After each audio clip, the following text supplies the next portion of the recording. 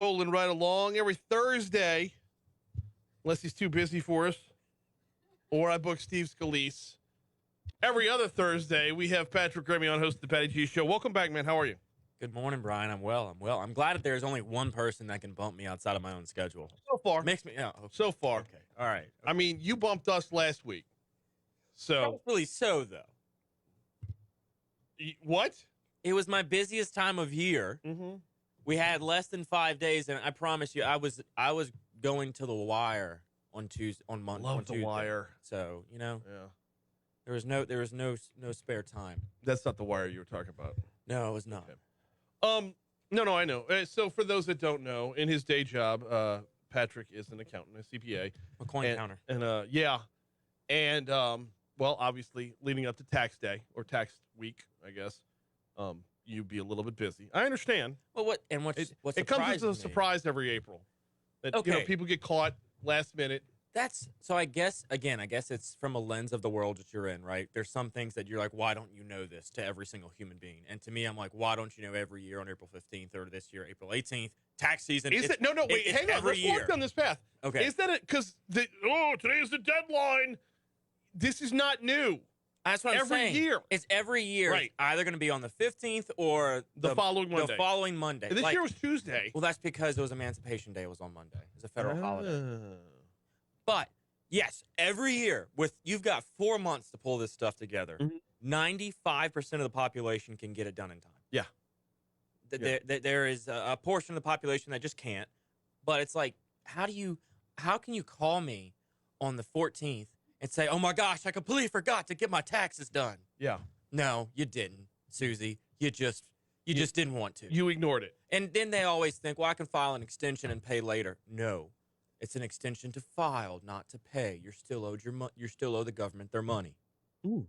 I don't know if you knew that or not. Oh, I know that. Okay. But you don't have to cut the check that day. Yeah, you do. You have to cut a check that you don't know how much it's for? Correct. And if you're wrong, they're going to charge you penalties and interest on it. Fantastic. And if you overpay, your luck of getting that back is what? You get it back.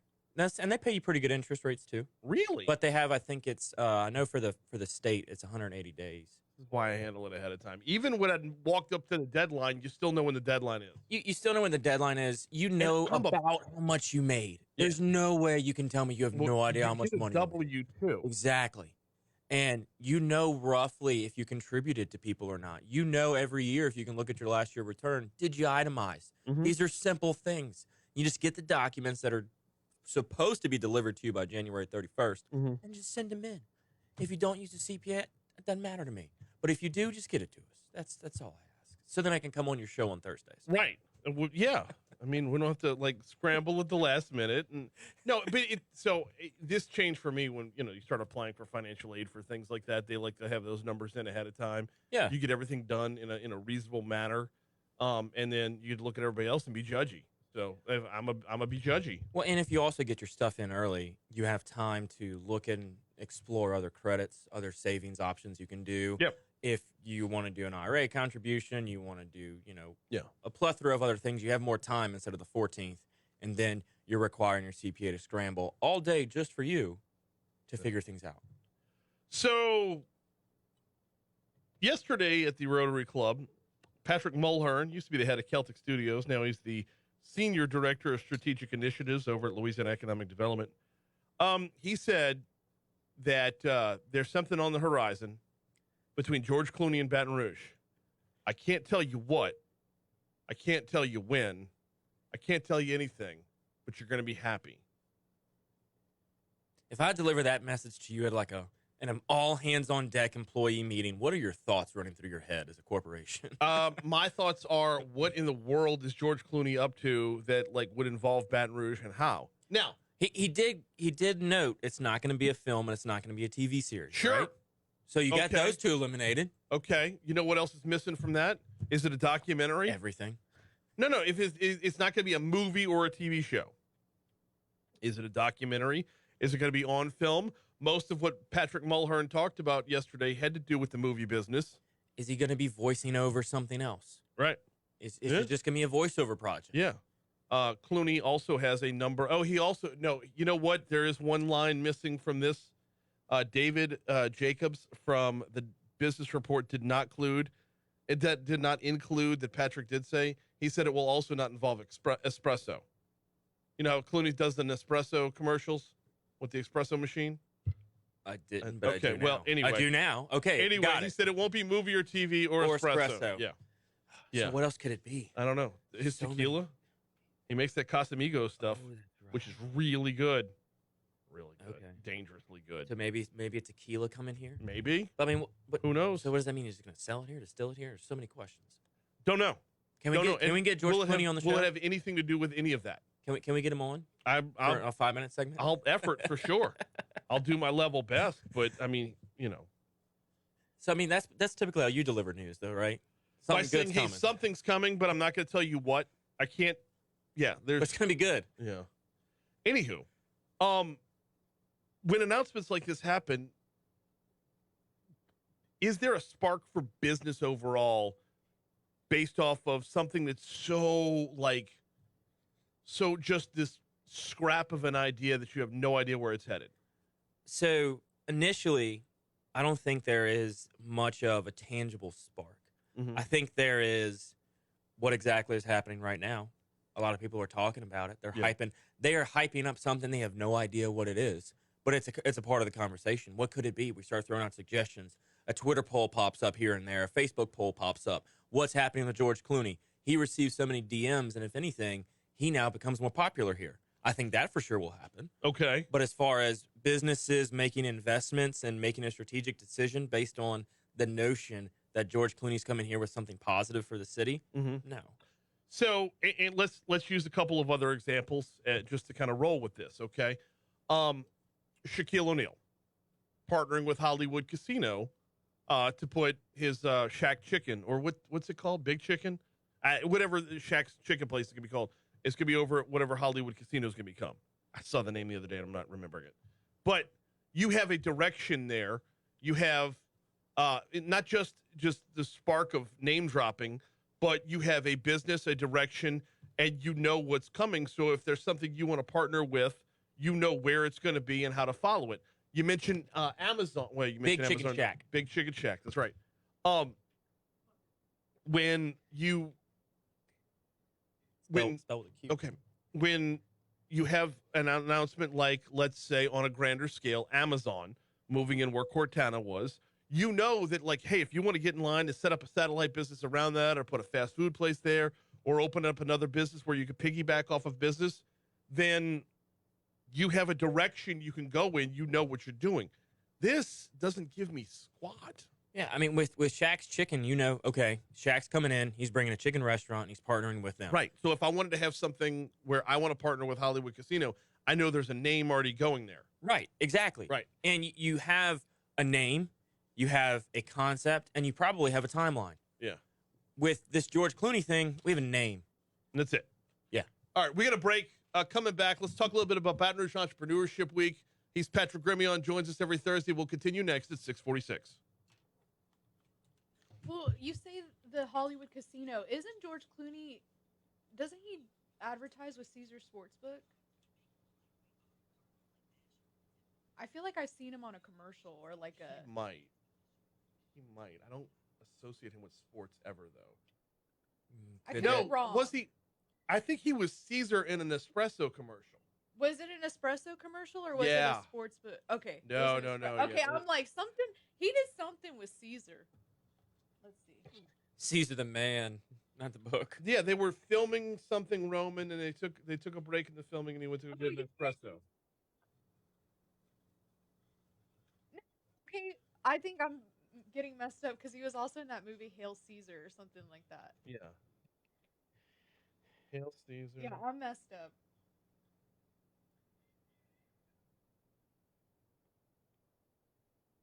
Yeah, you're definitely thinking of Hail Caesar. Tripping. Once I brought up all the pictures. I'm tripping. There's an espresso commercial where he's wearing a toga, though.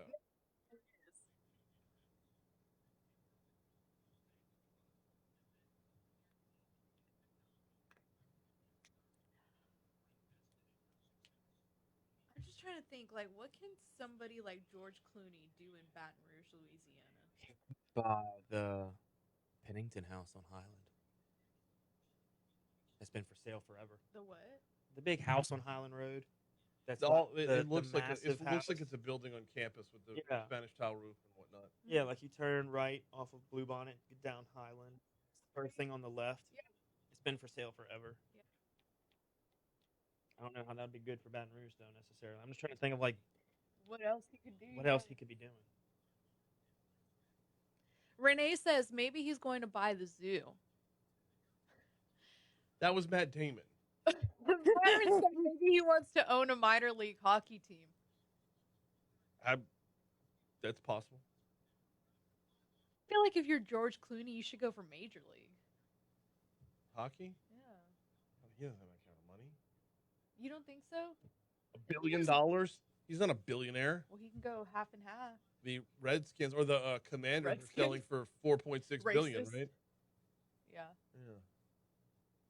Oh, speaking of which, I wanted to do a bit this morning, but I did not have the time to put it together. What?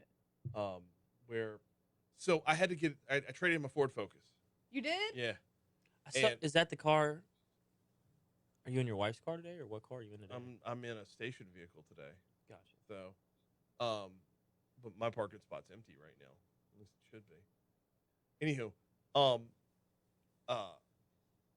I had a flat tire, which is why I was in a station vehicle to begin with. Yeah. And I mean, the not even a nail, like a railroad spike went through my damn tire. It wasn't actually a railroad spike, but it was a big ass.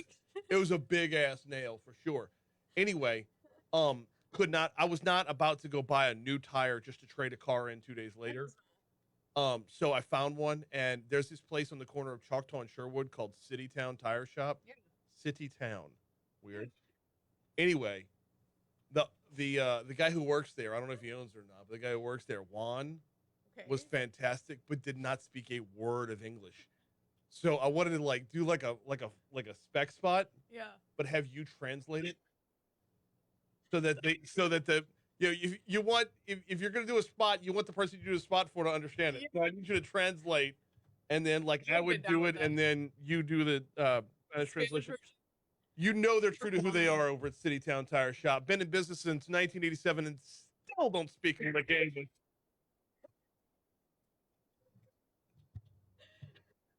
Shout out to Juan. Look, if you One of a kind.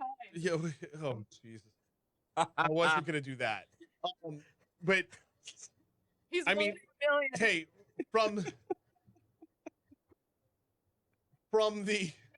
Like him. from the person taking a nap on the couch in the lobby He was an old to man. the fresh Fanta pineapple for sale for $1 a can to the late model limousine that's on Jack's in the parking lot. My people. City Town Tire Shop at the corner of Choctaw and Sherwood knows how to serve you. Look, in all seriousness though, complete smile on his face. It pointed to the size that's a 215-55R16. He didn't say any of that. He just pointed to it and gave me a thumbs up. And then he said something, and I said, what? And he said 6 minutes. And I was like, okay. He comes back 12 minutes later with my tire, which looked like a new tire. I mean, I got a hell of a deal over at City Town Tire Shop. Dude, I'm gonna have to go to City Town next time. Yeah, So- next time you needed a used tire, I highly recommend And be City able to- Town. Well, I always get used tires because there's no way in hell I'm buying a new one. So if I'm going to have the car long enough, should Well, job bills my be people. concerned? You're going to switch to City Town? no. The pineapple Fanta. So I didn't. The I don't. pineapple Fanta's killing me. Bro. Pineapple. I mean, they had a lot of pineapple Fanta. They had other flavors of Fanta too, but pineapple was ruling the day for sure. Wait, pineapple Fanta's a thing? Man, what are you talking about? Yes, it is. Yes. You don't know about I that don't drink pine- I don't drink You know Fanta. about Fanta? No, No. Yeah. it's good. I've never had. I don't know if it's good. I just know that it's front and center, and they're little.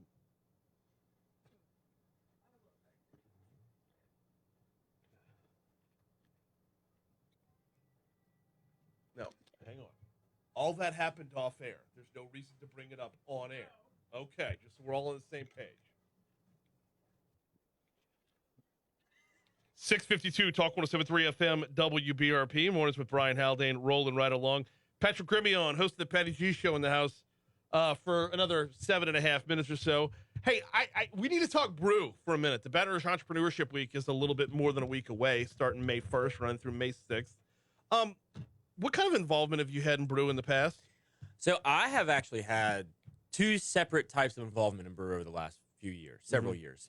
One of the years I was actually able to do a mini pitch in between the pitches of the main pitch competition. Okay, what'd you pitch? So we pitched a patented technology from the LSU's Book of Patents, and it was a copper-infused fabric that was antimicrobial and antibacterial. Copper-infused fabric. Yeah. That's antimicrobial. How does that work? I don't know. I didn't understand the patent. Okay. All I knew was it didn't smell whenever you wore the shirt. Sure. That was the thing. So our push because was of the copper?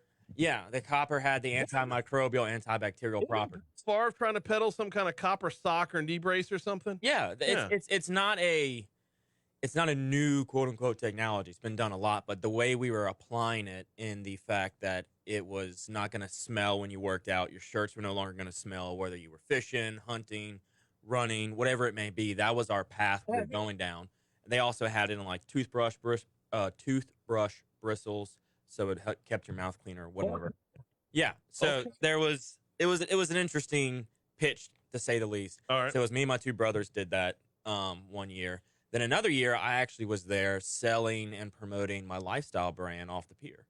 So I was there with shirts. I was as a student at LSU, we had the ability to have a line up front and center with booths.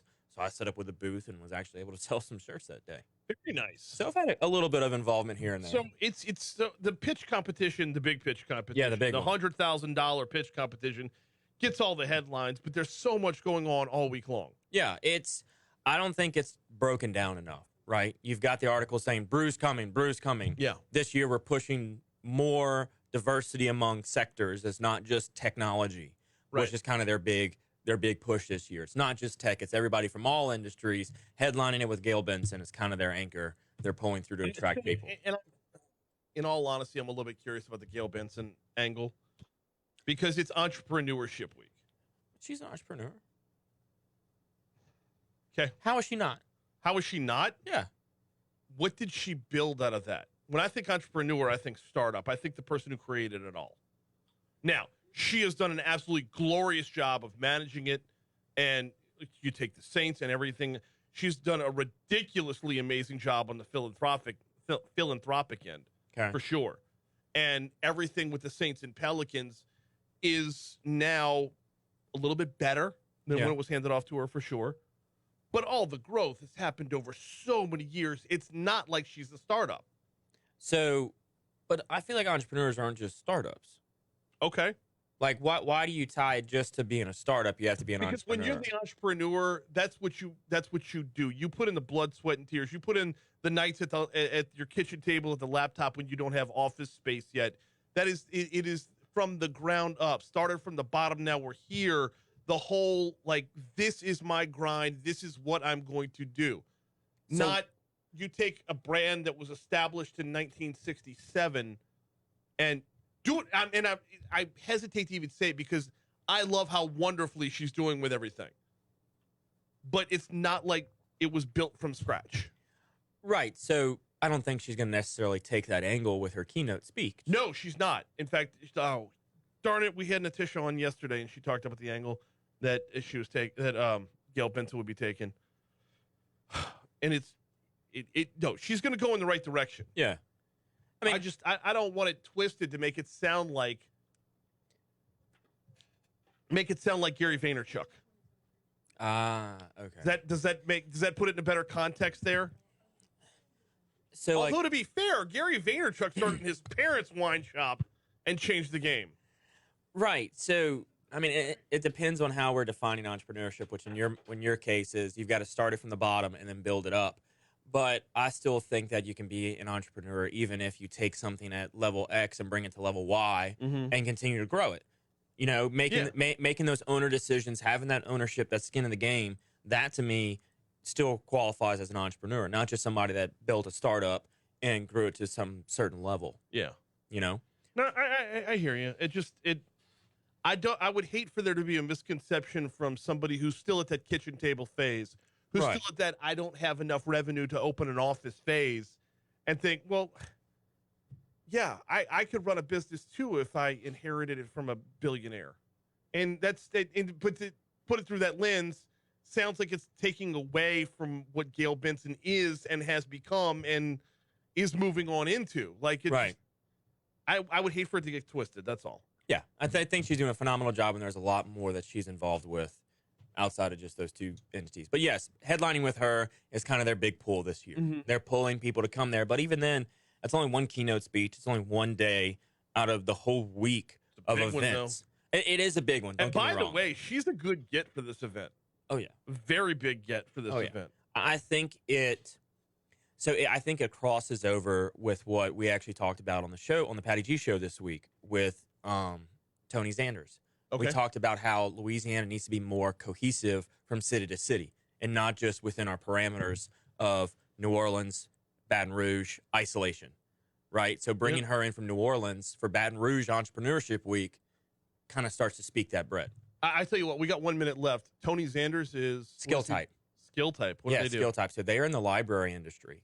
They teach librarians technology and help them advance their skill set Okay. to better serve the communities globally. Oh, I love that. So he's working on a global scale. He told me, he's like, I love this industry because it's one that is not attractive to everybody. So there's so much room for opportunity. Because there's so much room for misconception with what the role of the library is today. Yes. I'm not just going to check out a copy of Mice and Men. Correct.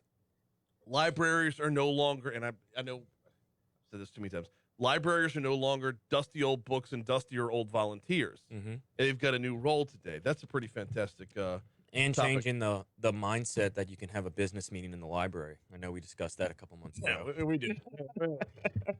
We'll get there. He's Patrick Gremlin, host of the Patty G Show, joins us every Thursday. We always appreciate the time, man. Thank you, man. Absolutely. We got ABC News coming your way. Hour 2's up next. We are diving into top stories and trending right after we check the national news. All right. Okay. The people are here? Don? Shit. All right. Anyway. I didn't want that to sound like I was crapping on Gail Benson. Sounded like you were. Well, Kind of sounded like you were dogging on her, like you didn't do much. You were given $1 billion and you turned it into $1.2 billion. Good job. she did. That's exactly what happened. But she's doing so much more now with Benson Capital Partners. That's all outside of the Saints and the Pelicans. Yeah. So she's doing a whole lot more with entrepreneurs and investing capital. And So she's why working. didn't you say that? I didn't know enough to be confident about saying that. We only had 3 minutes. No, but still, I don't want you to be like, well, what's Benson Capital Partners? Oh. And then me be like, oh, it's a conglomerate of investors that they're coming together to invest in technology across the Gulf South. Kill the mics real quick.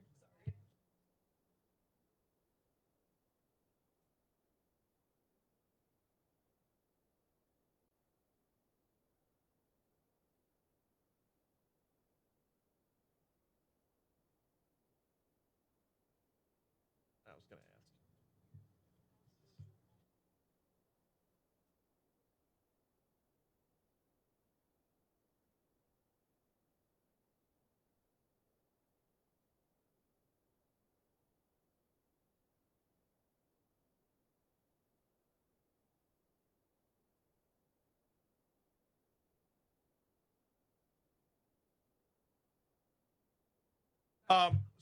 ask. We got a couple minutes in news. Give me 2 more minutes before you get out of here. Yeah. You had sent over a link to an article from the Daily Report that's behind a paywall, so I don't have access to it. Neither do I. Oh. Then why'd you send it? Because You sent. I have a way to get around that. Okay. Okay. While it's loading, you stop it from and it'll. I don't think so. Doesn't. No. So I started doing more research. Into that topic overall, Mm-hmm. and so what caught me was the headline. Because so the way I do it is I find a good headline and then I send it to you and then I read it later. Okay. So I never got to the point to reading it to realize it wasn't behind a paywall. Okay. Does Baton Rouge need a new sports facility? Consultant says it's worth considering. But don't we have one coming up on Nicholson? Do we? Yeah, we got a double football field indoor build coming up on Nicholson. Remember it collapsed a couple months ago? No. You didn't hear about that? Dude. Nicholson and Lee. Oh, yeah. Yeah, but that's okay. So we have that one, and then we have Traction. Traction, yeah. Okay, is that the kind of?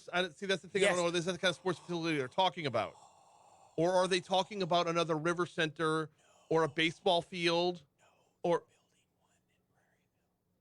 building one sports complex like a Traction in Prairieville? Okay, that doesn't surprise me. Yeah, but so I think that's what they're getting at. So I didn't. Multi-sport facility could help Baton Rouge attract more visitors. A sports tourism consulting firm says. After that, you have to click on it because it's behind a paywall. And sports tourism. Sports tourism. Now, Little League Baseball is huge tourism. I was going to say in Round Rock, where I'm from, that's like an actual thing. Yeah. So then it's a thing here as well. Yeah. So then there it is. It's another Traction. So maybe. Which I think we could, every time I've been to Traction, it's slammed. Yeah. Slammed. Yeah. Every day during season. No. So I could easily see another one of those. I just don't know where in Baton Rouge it would go. Prairieville makes sense. Off of Airline, towards out that way makes sense. Towards like Airline and Highland. Hang on. Time to get a look at your forecast. Here is WBRZ meteorologist Marissa Nuzzo. Yes, but like we already have Traction. We already have the Blackwater out in Central. Like we've got our fill of baseball. But look I can't imagine there's room for that much more. But look at that geographical. You've got Baton Rouge and you've got Central. You've got a whole underserved population over here in the Gonzales Prairieville area. The whole AP. If you could tell those parents you could go to a facility like Traction and drive half the distance, they would sign up in a heartbeat. Yeah, but I'm trying to think what facilities they already have in Ascension Parish. They've got facilities in Ascension They've got Parish. a big park, but nothing like no. It's. I mean, there's nothing like Traction because Traction is like globally phenomenal. Yeah, wonderful. Yeah. I just, how do you do this without hurting Traction? Is my question. I think if anything, you open up Traction to getting more Baton Rouge people, and stop drawing them in from the AP. But that's where the kids are. I don't need hipsters in Mid-City.